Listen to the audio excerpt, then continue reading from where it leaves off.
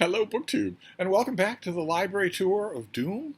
This is an articulated tour through my entire library, present, past, still to come, virtual, printed, you name it.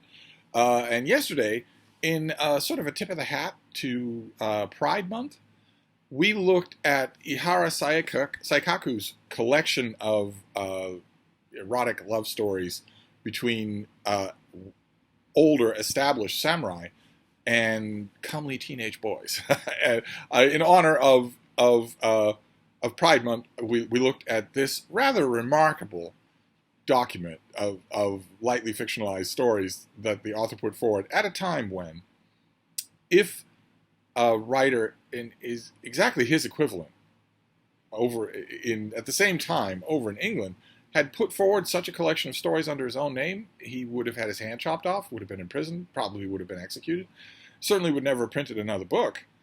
The collection is kind of fascinating, and once I did that video, I got an email from the gays, and the gays were happy that I had nodded in their general direction during Pride Month. What can I say? They worship me. Understandably, I would think. And there was a slight suggestion that perhaps we would finish out Pride Month with a couple more gay recommendations from my library in that regard. And I found a two-book set. We're ordinarily doing only one book at a time, but I found a two-book set that holds a kind of affectionate place in my heart. So I thought I would do that for today. These are self-published books, and if some variation of them is still in print, I doubt that they look like this anymore. These self-published editions might be collectible, for all I know. The author is Mark Kendrick, and the first book is Desert Sons, which I believe was also his debut. And this is a story of Scott and Ryan. This is a story of a boy in a high desert town who's 16 years old and who has a fairly good life. He is gay. He is out to his friends and his immediate circle. They are perfectly loving and accepting. He has a certain degree of popularity at school. He is content. He's not sick. He's not damaged. And into his life comes Ryan, a slightly older boy who has a bit of damage. In fact, when this book opens, we see him just recovering from a somewhat half-hearted suicide attempt. He has been in a long relationship with a much older man, going right back to Ihara Saikaku. We're going right back to that. He'd been in a relationship with an older man, but although that relationship had been very complicated, it is described in very refreshingly complicated ways in this book. Ryan comes out of that relationship still describing himself as straight. So he's angry. He has a chip on his shoulder. He has all sorts of issues, as the phrase would go, when he comes into Scott's life, and the two of them form a relationship. And that's what this novel really is. This novel, there are plenty of subplots, but this is a nice, well-textured, and sometimes funny novel about two boys falling in love. And so for today's library tour of Doom, we are dispensing with the old geezer samurais. We're just sticking with the comely young boys. This is a story, a coming-of-age story, really a relationship story of the two of them. Slowly getting to know each other, getting off on the wrong foot, then another wrong foot, getting to know each other, coming to like each other, and then exploring their relationship together. And the exploring takes place across the entire spectrum. This can be a graphic book at times, so if you don't want that in your gay fiction, then we have to have a conversation about what gay fiction is. I'm curious anyway in the 21st century what gay fiction is. This was right at the beginning of the 20th century. This was 2001 of the 21st century. And the exploration that these two characters do is sunny. It has its dark sides. There are issues that both of them have to work out, but this is I don't want to oversimplify and call it a happy book. And yet, compared to a whole lot of gay fiction that I have read, pre-Stonewall, of course, but also pre-21st century, compared to a whole lot of it, this is a sunny, happy book. And that is also true of its sequel, Into This World We're Thrown. Again, if this is still in print, I doubt that it still has this cover artwork. I feel fairly. This was the original cover artwork. I feel fairly certain that if these books are still in print, they don't look like this anymore.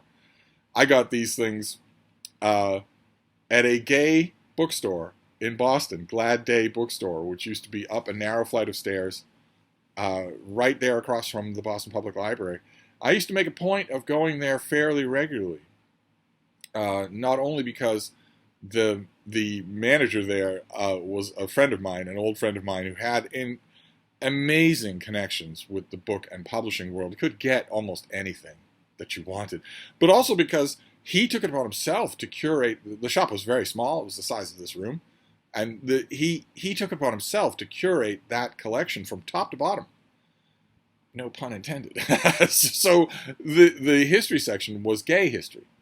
The military history section was gay military history. The fiction section was heavily freighted towards the gays. And that necessitated that he go way off the beaten path, no pun intended, and search for small shops, self-published stuff, subsidy-published stuff. He wanted those sections to be the kind of thing you wouldn't find anywhere else, and he succeeded. They were. I worked at a retail bookstore for a large amount of the time that I was a customer at Glad Day, and yet I routinely found stuff there like this that I wouldn't find anywhere else, not anywhere else. And he was a delight to talk to as well. Had no patience for fools, did not believe in any way that the customer is always right. So if a customer came in and made a darn fool of themselves, then they'd get a snappy, acidic comment. And if they didn't like that, well, they knew how to exit as well as how to enter. I loved Glad Day. I was sorry when it inevitably, I believe that it fell prey to a gigantic boom in real estate value in Boston. The boom that has been ongoing, that has continued to make Boston one of the most expensive cities to live in or do business in Boston. There was no way that a little shop like Glad Day, no matter how many awards it had won, no matter how well known or beloved it was by its clientele, there was no way that it was going to be able to survive. The standard narrative in such cases, in the lamestream media, is to say that little shops like Glad Day were put out of business by big shops like Barnes & Noble. I worked for big shops. They were the only shops that could give me the stream of customers that I absolutely required in order to avoid the busy work that seemed to be the pride and joy of so many managers at such stores. And I routinely found myself surrounded by genuine book people. So I always had a little bit of a thin skin for that kind of easy reductionism. Barnes & Noble may have been an extremely competitive mega bookstore chain, but Barnes & Noble did not have the power to raise Boston rent. Barnes & Noble had the power to pay that higher rent, but it didn't have the power to raise rent for other people.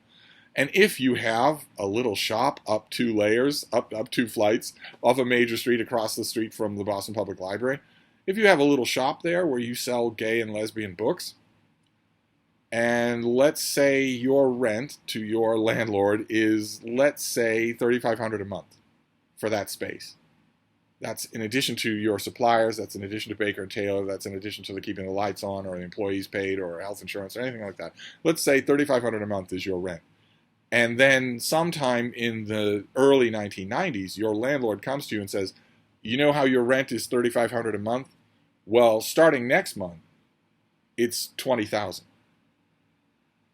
And you just stare at the guy and then you say, okay, well, why would you give me such a break? I mean, $3,500 a month, $20,000 a year is a huge break. Is it just because we've always been a loyal and faithful? And the guy interrupts and says, no, $20,000 a month, with a totally straight face, and not summarily executed by any kind of God, which would happen if gods existed.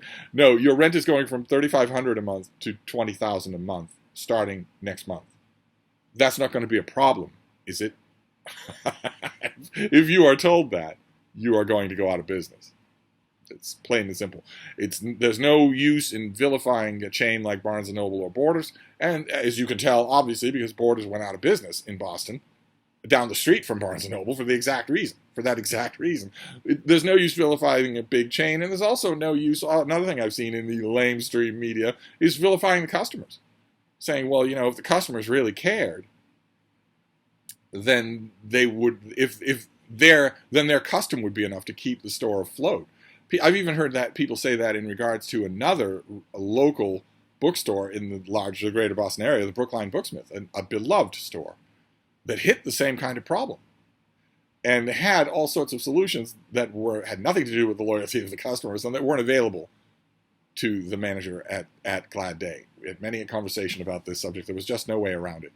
When you are faced with something like that, when you are told with a totally straight face and not a twinge of guilt by your landlord that there are 20 investment banks in New York that will pay that money for this floor, for this space, and they'll start next month. There are plenty of them that will do that. If you're told that no amount of irate protest on your part is going to make any difference, you will just go out of business. And Glad Day did. But I missed it. I used to love going there. Unfortunately, there is no equivalent. There was Calamus Books for a while. There was Cuddy Hunk Books for a while. But in Boston, I don't believe, I could be wrong about this, but I don't believe that Boston currently has a dedicated gay and lesbian bookstore, which is a shame. I used to get a lot of great recommendations there. I had a lot of fun in all of the nooks and crannies of Glad Day. And I believe that's where I got these things. And these were from 20 years ago, but I revisited them just a little while ago and found that they hold up. Again, I'm not coming to your Library Tour of Doom with any kind of research, so I don't know if Scott Ian Kendrick has continued to publish. I assume that anyone with this kind of writing talent did continue to publish, has continued to publish.